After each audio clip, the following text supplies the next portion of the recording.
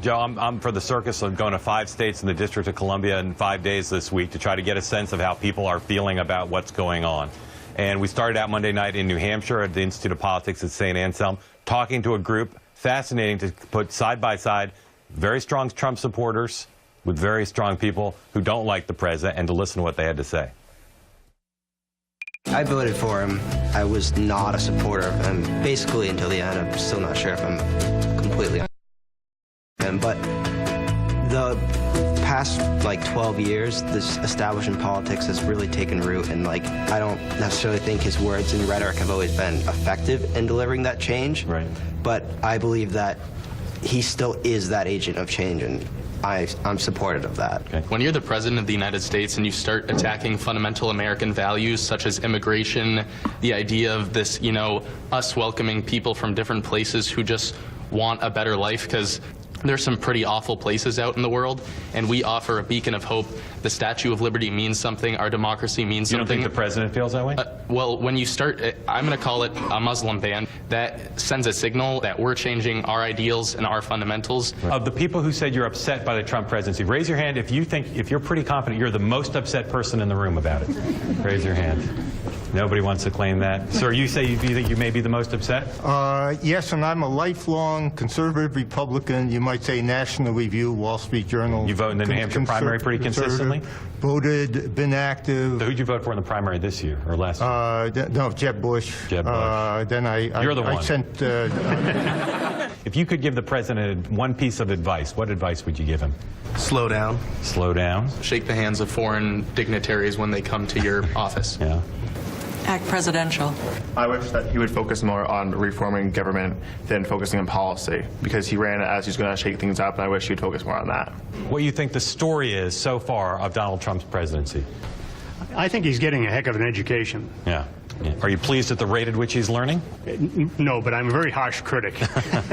I'm surprised that the Republicans made the same mistake that the Democrats made 7 years ago in rushing a health care bill and not really working with the other side. There seems to be a disconnect when you take the mentality of the New York business mindset to Washington.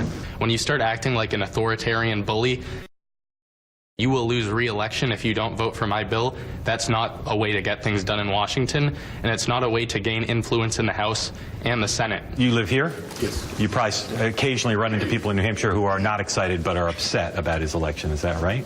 Maybe. Maybe. What do you say to those people, or how would you try to address them so they're maybe less concerned than they currently are? It feels the same way as the Republicans felt about the Obama administration coming in.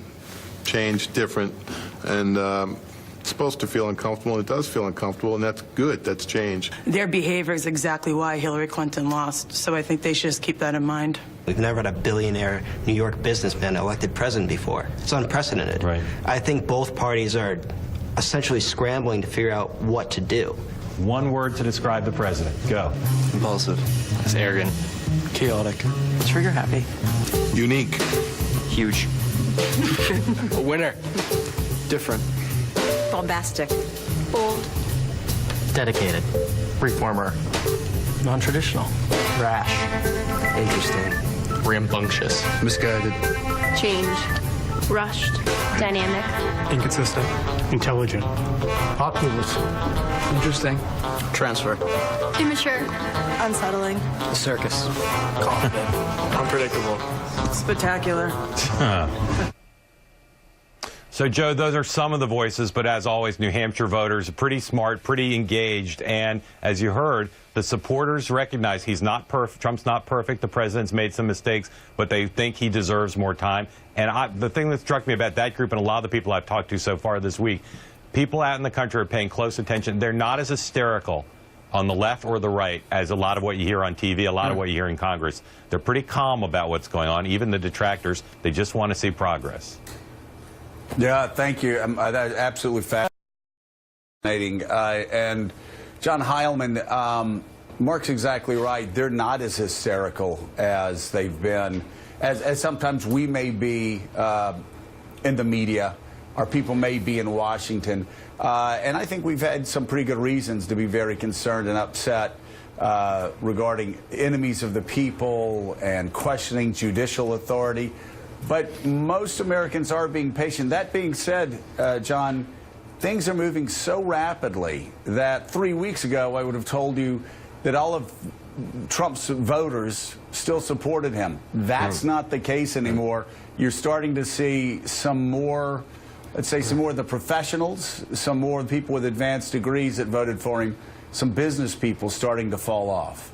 Yeah, I think, look, there are a couple things that are true. One is that obviously a lot of ordinary voters are not obsessively attuned to politics in the way that we are.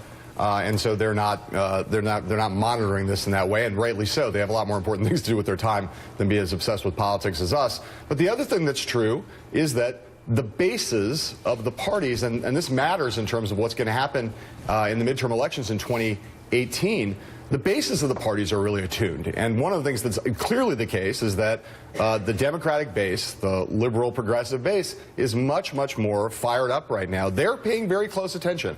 And we're starting to see test cases for that. Yeah. And if I'm a Republican right now who's looking at re-election, who has to run if I'm one of the House members, or a senator who's running for re-election in 2018, I'm getting a little nervous right now, not just because Trump's approval rating is going down, but because of the energy on the left. Look at the race to replace Tom Price in Georgia, where you're seeing a huge amount of fundraising from Georgia Democrats. Look at the state races in Virginia. I talked to Governor Terry McAuliffe about this. Usually they have trouble with candidate recruitment in a lot of these races. They have basically filled the slate now with people dying to run for office. This is not a normal feature of Virginia elections, and it suggests that there's a huge enthusiasm swing going on in the Democratic Party. You know, Joe, that the focus group, Mark's focus group, though, is truly reflective of what you hear out in the country, I think, with people saying, you know, hey, pump the brakes. The guy hasn't been president for 70 days. They are not as worried as we get sitting here every day talking about these, you know, epic issues like Russia and things like that, the House and Senate investigations. But it all leads to the question, the fundamental question beneath Donald Trump, basically a non-ideological guy, basically a Democrat before he assumes office as President of the United States. How did he manage to sit there by himself and allow people like Steve Bannon to strip him of his identity?